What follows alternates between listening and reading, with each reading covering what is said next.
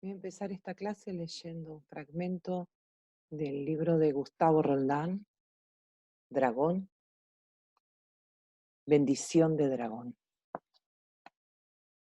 Que las lluvias que te mojen sean suaves y cálidas, que el viento llegue lleno del perfume de las flores, que los ríos te sean propicios y corran para el lado que quieras navegar, que las nubes cubran el sol cuando estés solo en el desierto, que los desiertos se llenen de árboles cuando los quieras atravesar, o que encuentres esas plantas mágicas que guardan en su raíz el agua que hace falta.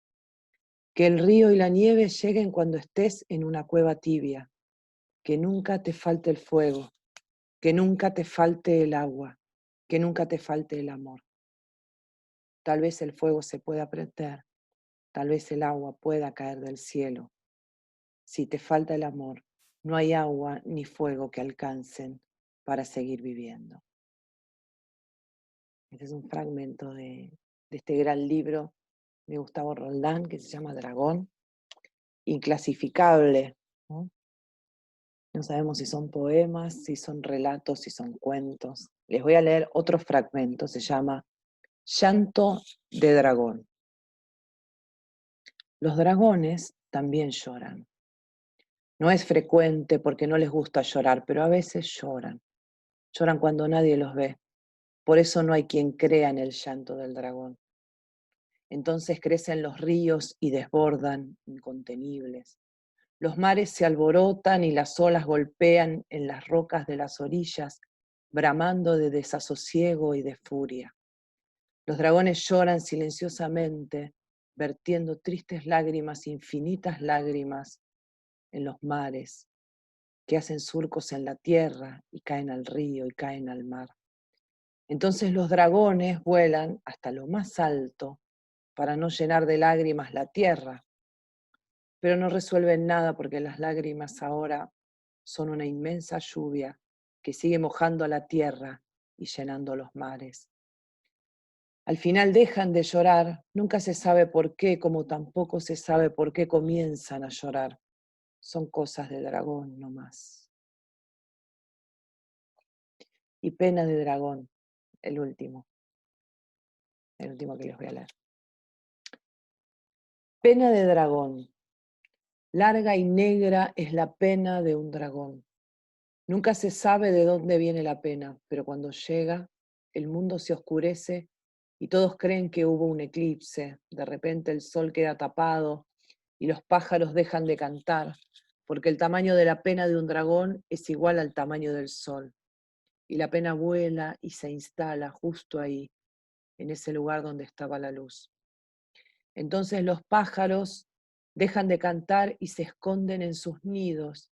Las flores se cierran suavemente, confundidas, y las hormigas se van a la cueva. Nadie puede saber cuándo les llega la pena a los dragones, ellos tampoco. Simplemente en algún momento los invade una sensación de estar equivocados, de estar en un lugar que no es su lugar. Entonces los cubre la pena como una sombra larga, amarga, y su enorme corazón de dragón hace un ruido de ríos que desbordan, de vientos de furia que pasan arrastrando árboles y desgastando montañas. Mucho tiempo dura la pena de un dragón. Por lo menos a ellos les parece un tiempo muy largo y muy lento. Pero no debe ser cierto. Si fuera cierto, el mundo se terminaría, porque no puede estar 100 años en la oscuridad, porque ese es el tiempo que creen los dragones que les dura su pena. Tal vez no sea sino un pequeño ratito, del tamaño de un suspiro, pero ellos sienten que una pena tan enorme tiene que durar un tiempo tan enorme. Los dragones, que saben muchas cosas, no tienen una medida exacta del tiempo de afuera y del tiempo de adentro de su corazón. ¿Sabes? Algunos fragmentos de Dragón, de Gustavo Roldán. Gustavo Roldán, un escritor argentino. En realidad, algunos lo definen como escritor de literatura infantil, sin embargo, él no clasificaba su literatura por edades. Él decía que le gustaba escribir como si la edad de sus lectores fueran una simple casualidad, como la lluvia, decía, o el frío, ¿no? Como la edad del lector no es algo que definía sus textos. Un gran defensor igualmente de la literatura infantil como literatura, antes que literatura infantil, verdadera literatura. Y así escribía él. Yo les recomiendo enfáticamente sus cuentos, que siempre tienen como protagonistas animalitos del monte chaqueño, ¿no? Qué sé yo, los piojos, los ñandúes, los sapos. Por ejemplo, En la noche del elefante, amo este libro. Se los voy a pasar para que lo lean, se los recomiendo enormemente, ¿no?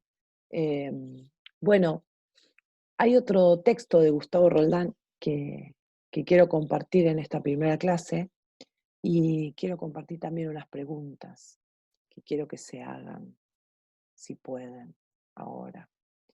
¿Me considero lectora? ¿Qué es leer? ¿Es lo mismo leer geografía que leer un poema? ¿Qué será ser lector? ¿Es lo mismo leer o que te lean?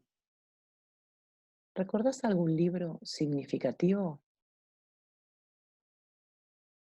¿Qué es leer? ¿Da lo mismo leer? Tenemos otro libro de Gustavo Roldán que se llama La aventura de leer para encontrar un tigre. Y hay un fragmentito que voy a compartir con ustedes también y que tiene que ver con estas preguntas. Dice así. Entre las instrucciones para leer un libro, alguien se salteó algunos pasos.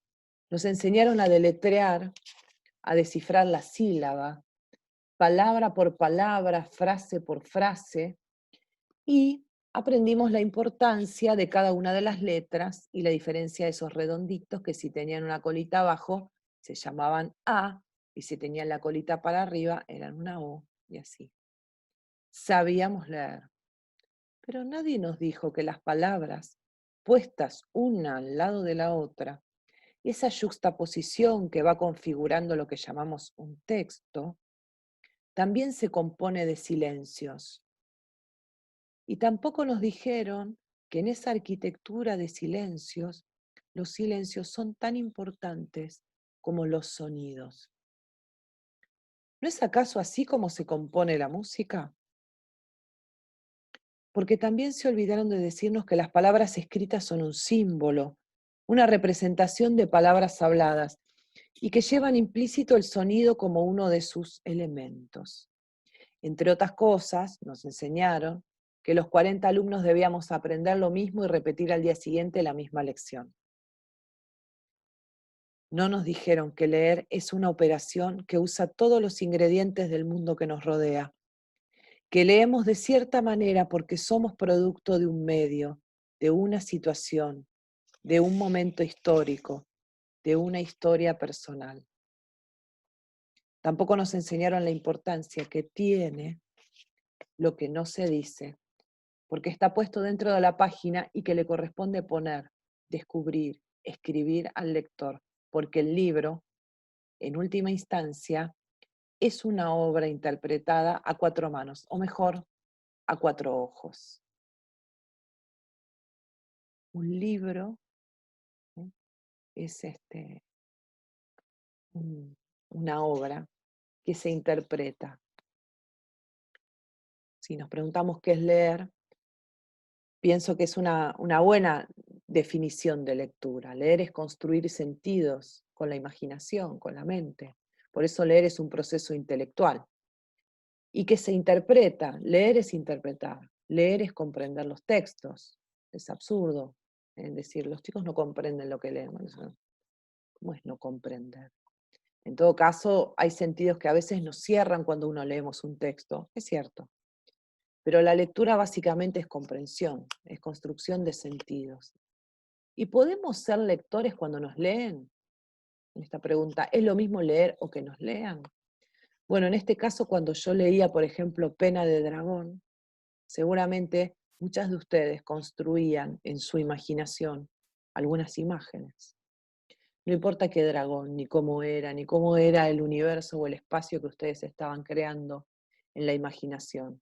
Seguramente era de ustedes, era propio, era personal, por eso el texto se construye con sentidos personales, ¿no? Y por supuesto ustedes estaban haciendo operaciones que hacemos los lectores cuando leemos. Es decir, leer y que me lean requiere de las mismas operaciones, construir sentidos en la imaginación.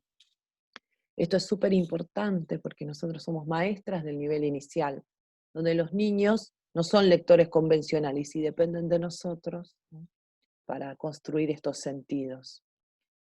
¿Recordás algún libro significativo? ¿Te considerás lector, lectora? Estas son preguntas que me gustaría que pudiéramos ir pensando a partir de ahora, porque son para mí el punto de partida para convertirnos en maestras lectoras, en maestras de literatura.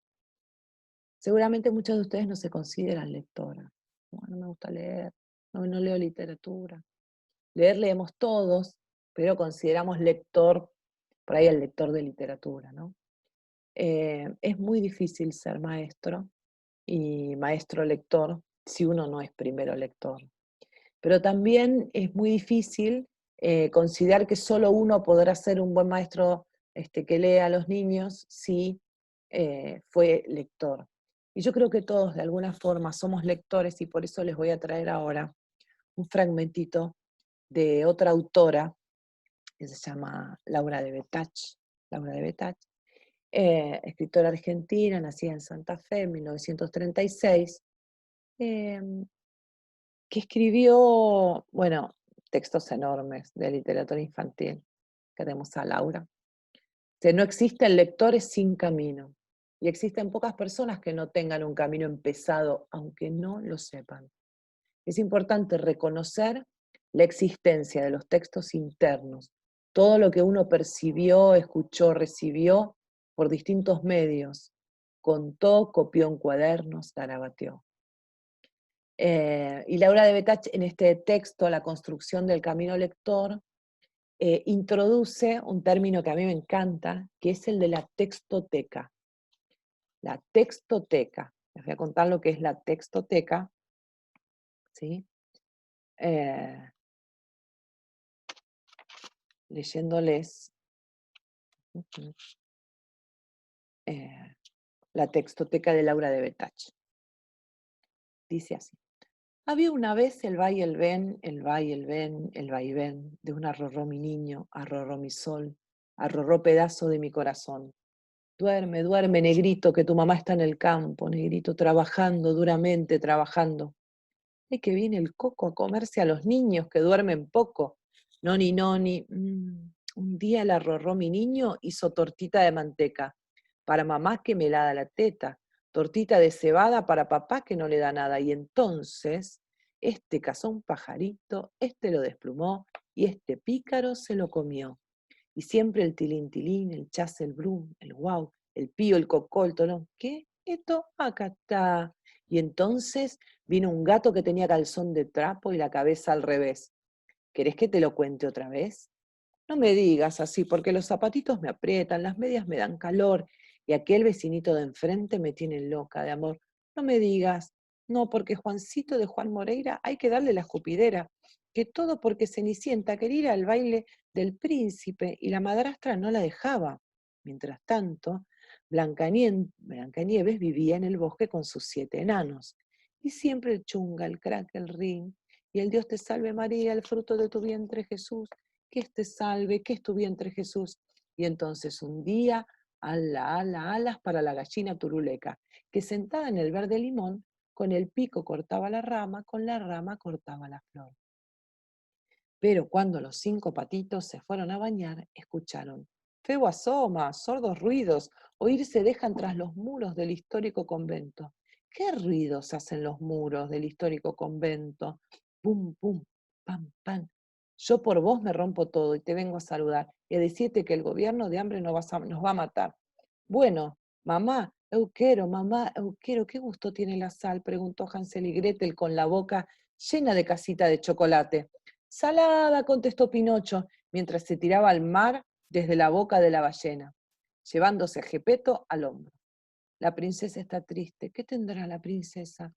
Los suspiros se escapan de su boca de fresa. Este año, sin regalos, no va a parecernos que estamos en Navidad, dijo Joe con su disgusto. A mí no me parece justo que algunas tengan tantas cosas bonitas y otras no tengamos nada. Tenemos a mamá y a papá, dijo Beth. Esta familia es una cooperativa, comentó Mafalda, mientras Susanita declaraba que las casas tienen que ser como las del hornero, que tiene sala y tiene alcoba, y aunque en ella no hay escoba, siempre está con todo esmero. Hombres necios que acusáis a la mujer sin razón, sin ver que sois la ocasión de lo mismo que culpáis. Todo de alguno más. Por eso Malena tiene pena de bandoneón. Todos los viernes el amado se convierte en lobizón. Y así fue como la luna vino a la fragua con su polizón de nardos. Los flamencos bailaban y bailaban con sus medias coloradas, blancas y negras. Y despertaron a Alicia, que venía del país de las maravillas, y allí estaba Batman esperándola. Bésame, cantó, bésame mucho, como si fuera esta noche la última vez. Se callaron las luces, se encendieron los grillos y una música los abrazó. Era Lisa Simpson, en un solo de saxo. Y colorín colorado, seguramente este cuento no ha terminado. Esto que le acabo de compartir es la textoteca, lo que Laura de Betach llama la textoteca. ¿Qué les parece que es? Ustedes pueden reconocer muchas historias, historias de la tradición oral, refranes, series de televisión, poemas, cuentos, personajes de cuentos mezclados, canciones de la primera infancia como tortitas de manteca, dichos. Todo esto para Laura de Betach conforma la textoteca. Son textos internos que nos van construyendo como lectores y que van construyendo también nuestra personalidad, nuestro modo de ser. Nosotros también somos un poco de esto, ¿no? El lenguaje, nosotros somos sujetos del lenguaje, el lenguaje nos constituye, nos construye y entonces los textos internos, los textos que vamos recopilando a lo largo de nuestra vida, arrullos, poemas, canciones, historietas, historias, van formando el piso, dice de Betach, sobre el cual la literatura puede hacerse presente. A mí me interesa que para nuestro camino que va comenzando de literatura en el nivel inicial, ustedes puedan dar este paso importantísimo que es construir la textoteca propia, construir su propio piso, su propia alfombra de textos internos, para descubrir que ninguno de nosotros no es no lector, ¿eh? Sino que hay un montón de textos que ya tenemos adentro, ¿no? Esa es la invitación a leer a Laura de Betach, a leer a Gustavo Roldán, que casualmente fueron un matrimonio, Laura y Gustavo. Y por ahora esto, y espero que hayan disfrutado de las lecturas. Muchas gracias.